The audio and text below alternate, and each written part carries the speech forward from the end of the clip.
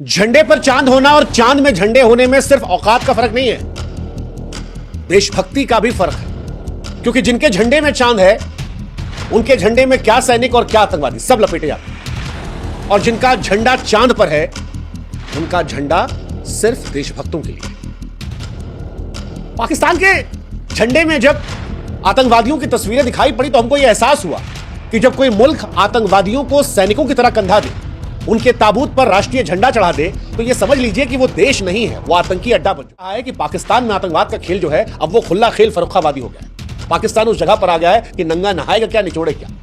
उसे शायद पाकिस्तान की सेना और पाकिस्तान के आतंकवादियों में फर्क समझ नहीं आता, खाली वर्दी का फर्क है।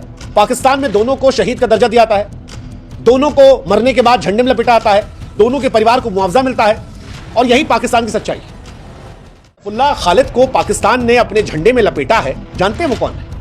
लश्कर तैयबा का वो जहरीला सांप जिसने हिंदुस्तान में आतंक का जाल बिछाया था। और पाकिस्तान के लिए शहीद माने बस इतना ही कि तुम हिंदुस्तान में बम फोड़ दो, तुम शहीद हो। कई नाम हिंदुस्तान में इस आतंकवादी के थे, रजाउल्लाह, निजामानी, विनोद कुमार, मोहम्मद सलीम।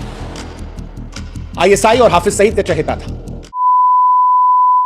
दोस्तों, पाकिस्तान जो है खुलेआम जो है आतंकवादियों का समर्थन कर रहा है। पहले तो ऐसा था कि छुप छुप करके आतंकवादी को पनाह देता था, पालता था, लेकिन अब तो वो खुल करके आतंकवादी को समर्थन कर रहा है और ऐलान कर रहा है कि अगर ये हमारे सेना कम भी हो जाते हैं तो मदरसे से छात्रों को लाएंगे, छोटे छोटे बच्चों को लाएंगे और इन्हें जिहाद करना सिखाएंगे। दोस्तों, अभी जिस प्रकार से आतंकवादी वहाँ मारे गए हैं और उनके जनाजे में जिस प्रकार से पाकिस्तानी सरकार और वहाँ के सेना ने उनका समर्थन किया और वहाँ के जो नेशनल फ्लैग होता है, झंडा होता है, उसमें उनको लिपेट कर ले जाया गया, तो कहीं ना कहीं ये दुनिया को समझना है कि पाकिस्तान के साथ क्या करना है, नहीं करना है। अगर आप आतंकवाद के साथ है तो फिर आप पाकिस्तान को समर्थन दीजिए, और नहीं है तो फिर आप खुल का विरोध कीजिए। दोस्तों, आज के वीडियो में इसी मुद्दे पर शुभंकर मिश्रा ने बहुत अच्छे से विश्लेषण किया है, तो आप लोग वीडियो को पूरा देखिएगा। चैनल पहली बार आए तो चैनल को आप लोग सब्सक्राइब कर लीजिएगा। आइए शुरू करते हैं, देखते हैं वीडियो को अंत तक।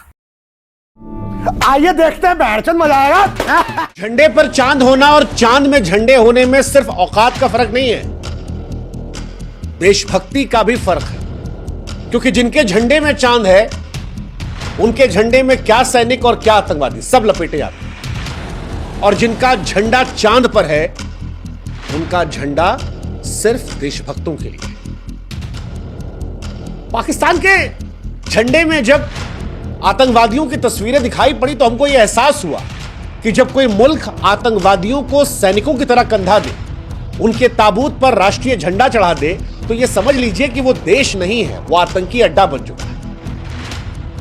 अबू सैफुल्लाह हो या लश्कर तैयबा के और जहरीले सांप, बालाकोट में ढेर हुए जैश के आतंकवादी, पाकिस्तान ने बीते कुछ दिनों में जिस तरह से इन आतंकवादियों को शहीद का तमगा दिया है, जिस तरह से झंडे में लपेटा है और इनके परिवारों को मुआवजा दिया है, यह बता रहा है कि पाकिस्तान में आतंकवाद का खेल जो है, अब वो खुला खेल फर्रुखाबादी हो गया है।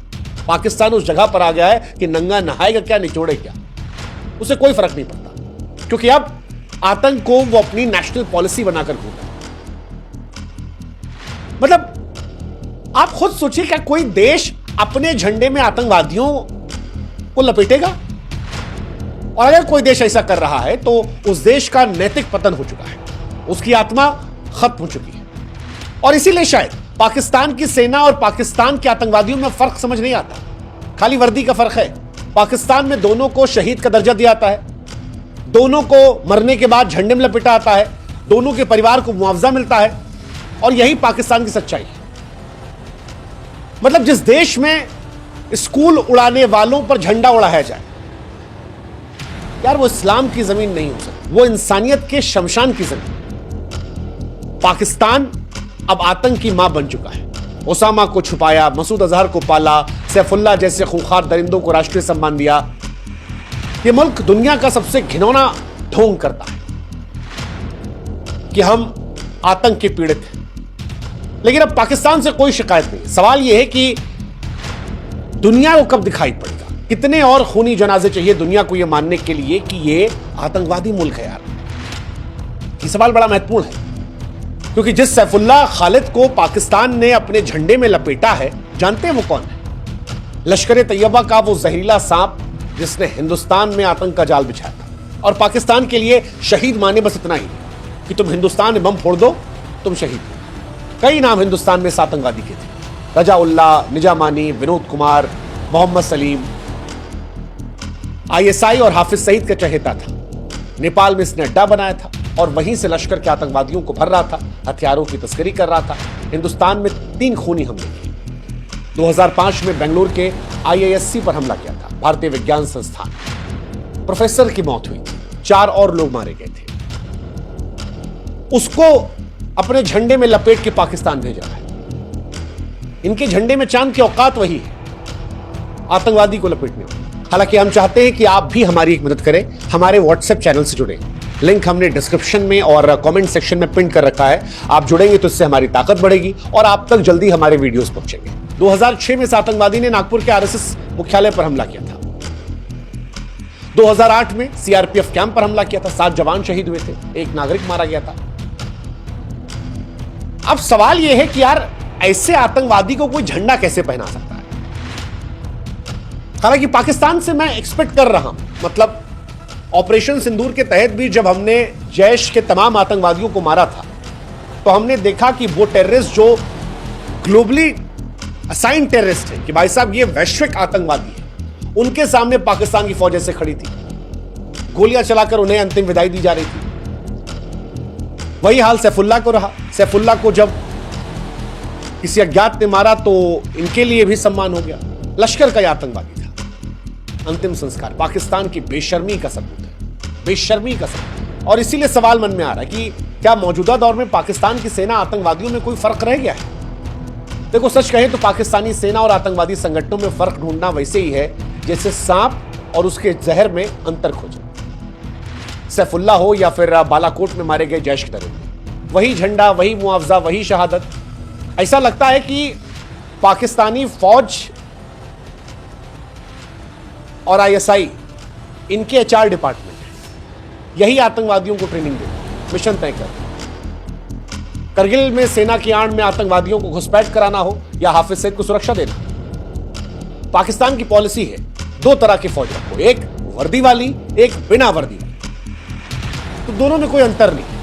और इसीलिए शायद भारत ने जब पहलगाम में हमला हुआ था तो पाकिस्तान के फौजी ठिकानों को निशाना बनाया था ताकि पता लगे बाद में, पहले आतंकवादी ठिकानों को और बाद में फौजी ठिकानों, क्योंकि दोनों में कोई खास फर्क नहीं, दोनों एक ही है। सैफुल्लाह का ताबूत हो या बालाकोट के आतंकी, पाकिस्तान जब झंडे में लपेटता है, शहीद कहता है, परिवारों को मुआवजा देता है, तो आप क्या फर्क बताओगे इन लोगों? कोई फर्क नहीं है।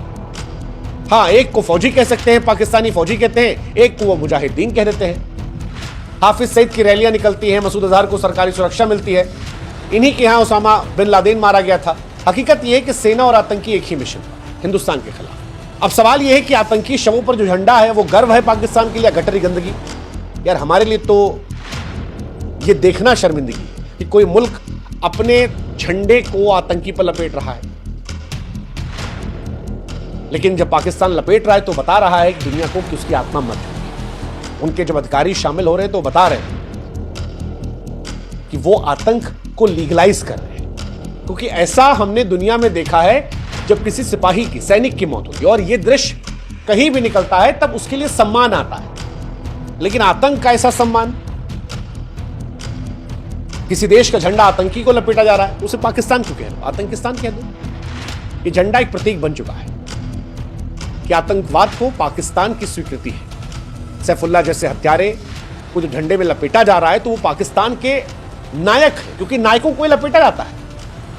हिंदुस्तान में आपने कई आदमी को देखा है झंडा में लपेटे, या तो कोई फौजी होता है उसे लपेटा आता है, या कोई बहुत बड़ा आदमी जिसने समाज के लिए कोई बहुत बड़ा काम किया उसे तिरंगे हम लपेटते। इनके यहां उनको लपेटा आता है कि हमने हिंदुस्तान में 3 बम फोड़े थे, हमने 4 घुसपैठ की थी, हमने करगिल में 2 मुजाहिदीन डाले थे, अब हिंदुस्तान ने हमको ठोक दिया तो इनको झंडा लगवा दो। और हैरानी की बात यह भी कि सैफुल्लाह के जनाजे में भी सवाल उठाए कि क्या लश्कर और आईएसआई के लोग थे। यह सवाल बड़ा इंपॉर्टेंट है। हालांकि आईएसआई के बिना तो यहां कुछ होता ही नहीं है। इसी में एक चच्चा हमारे इंडिया में पूछ ले कि भैया क्या पूरा पाकिस्तान है आतंकवादी है? नहीं, पूरा पाकिस्तान तो नहीं, लेकिन पाकिस्तान की सेना, सरकार और उसकी नीतियां आतंक की जरूर है। हम पाकिस्तान के आम लोगों को दोष नहीं देंगे, लेकिन यह भी सवाल जरूर पूछेंगे कि जब मस्जिदों से आतंकवादियों के लिए दुआएं मांगी जाती हैं, रैलियों में हाफिज सईद को गाजी कहकर नारे लगाए जाते हैं, तब वहां के लोग जो खामोश हैं वो भी अपराधी। मतलब उनके लोगों को भी सवाल पूछना चाहिए कि यार तुम्हारे मुल्क में उसामा बिन लादेन मिला और वहीं वो रह रहा था, मजे से रह रहा था। और उसामा बिन लादेन की जो वेब सीरीज बनी है अभी, उसमें दिखाया गया कि उसामा ही नहीं, उसके अलावा भी जितने उसके चंगू मंगू पंगू टंगू निंगू वो सब वहीं थे। अमेरिका ने एक को वहीं जाके ठोका। वो सब पहले अफगानिस्तान में थे, जब वहां पे अमेरिका ने ठोका तो भाग के छिपके पाकिस्तान में। अगर बिना पाकिस्तान की फौज के सपोर्ट के सरहद में घुसना पॉसिबल नहीं था। तो संरक्षण तो सबको दिया गया है और ये कोई संयोग नहीं है, क्लियर है, पाकिस्तान की सुनियोजित आतंक नीति का सबूत। कई बार पाकिस्तानी नागरिक आतंकवाद को लेकर कहते हैं इंडिया से कि यार आप लोग बहुत ब्लेम करते हो, लेकिन कैसे ना ब्लेम करें, कैसे ना ब्लेम करें यार। तुम्हारे यहां आतंकवादी को झंडे में लपेटा जा रहा है और ये पहली बार नहीं। मसूद अजहर को तुमने 14 करोड़ रुपए दे दिया, आतंकियों को शहीद कह रहे हो। भारत में जो हमला करवाता उसकी रैली में हजारों लोग जाके भीड़ पे गाजी गाजी गाजी करते हो।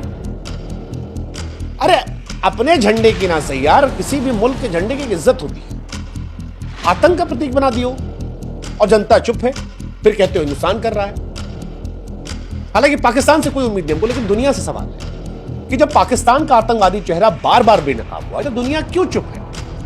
क्या सबूत चाहिए दुनिया? ओसामा बिन लादेन की एबटाबाद में मौजूदगी, सैफुल्लाह के जनाजे पर झंडा, मसूद अजहर को पहले करोड़ों की फंडिंग, उसके लिए मस्जिद बनवाना, फिर जब उसका परिवार और उसके आतंकवादी एक्सपोज हुए तब 14 करोड़ रुपया देना, हाफिज सईद को पालना पोसना। पाकिस्तान क्या चाहता है और दुनिया कब तक इसे स्ट्रेटेजिक अलायंस का नाम देगी? कुछ करने जाओ तो चीन मसूद अजहर बचा लेता है, यूएनएससी में निंदा प्रस्ताव आता है, लेकिन हकीकत यह है कि पाकिस्तान एक न्यूक्लियर सशस्त्र आतंकवादी संगठन है जो अपने नागरिकों को जिहादी बनाता है और शवों को राष्ट्रीय गौरव। उनके विदेश मंत्री का बयान आपको याद होगा कि पहली लाइन के फौजी खत्म हो गए तो फिर बच्चे जो हैं उन्हें आतंकवादी बनाएंगे, जिहाद करवाएंगे, मदरसों से बच्चे लाएंगे।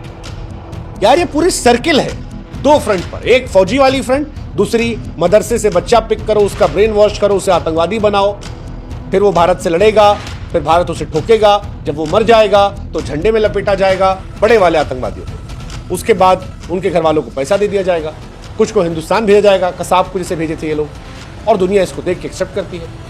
बट अब जब पाकिस्तान ने खुलकर ये दिखा दिया कि शवों को झंडे में लपेटा जा रहा है, फिर दुनिया को क्या चाहिए?